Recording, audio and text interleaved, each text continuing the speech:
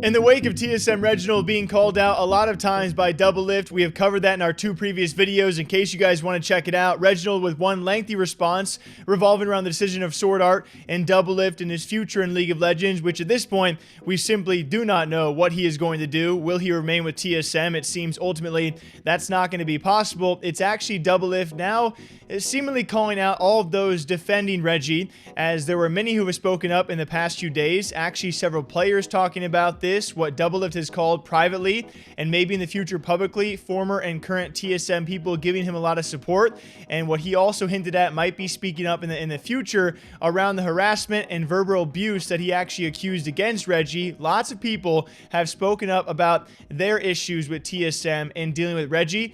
Now the reverse of that, we have some of his close friends and people who have thought otherwise of him speaking up.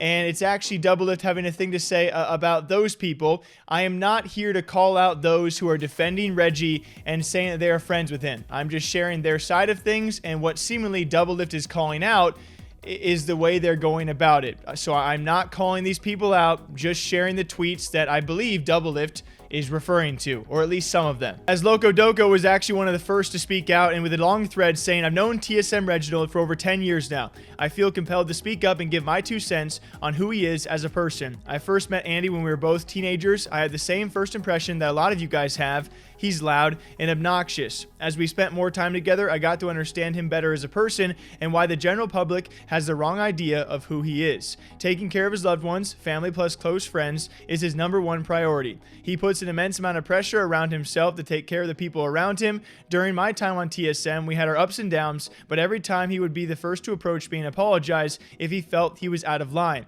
Even after working out our relationship and it was over, Andy would check in with me regularly to make sure I was doing fine, and I was surprised that he would make time to check in on an ex-employee knowing how crazy busy he is with running TSM. And lastly, yo Andy, you will always be a lifelong friend to me.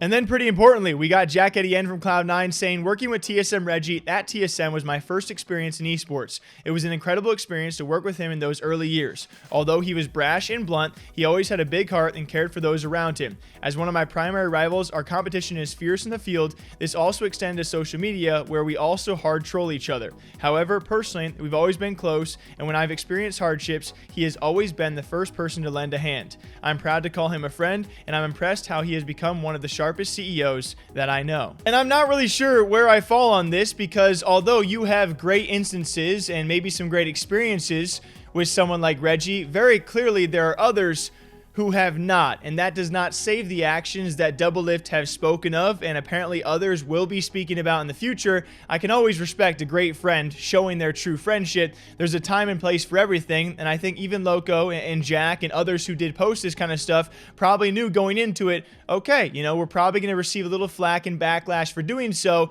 Doublelift also giving his response to those defending Regi, and he went off on this one. As he stated, reading people's anecdotes that Andy was nice to them and thus downplay the fact that he harassed and abused people at TSM as their boss is just so disgusting. No wonder people don't feel good about speaking up about their abusers. I'm not talking about hand-wavable things like being a dick or being rude. So many people experience public humiliation, mental breakdowns, crying at work, and still people will play it off in whatever way they can. People in power can get away with anything, it seems. Personally, I'm in the boat of people who weren't affected or traumatized, so it took me a while to empathize too. I hope one day extremely crappy people will have to deal with the consequences of how they treat others instead of getting a pass simply because they're successful. Which clearly is talking about all of those who spoke in defense of Regi after all of those who Doublelift, I'm sure, has spoken to privately, and we've even seen some other tweets out there. Even someone like Perks randomly dropping some good old highlights to the past abuse or treatment, verbal abuse or treatment of players, and what some might call harassment of Regi towards players.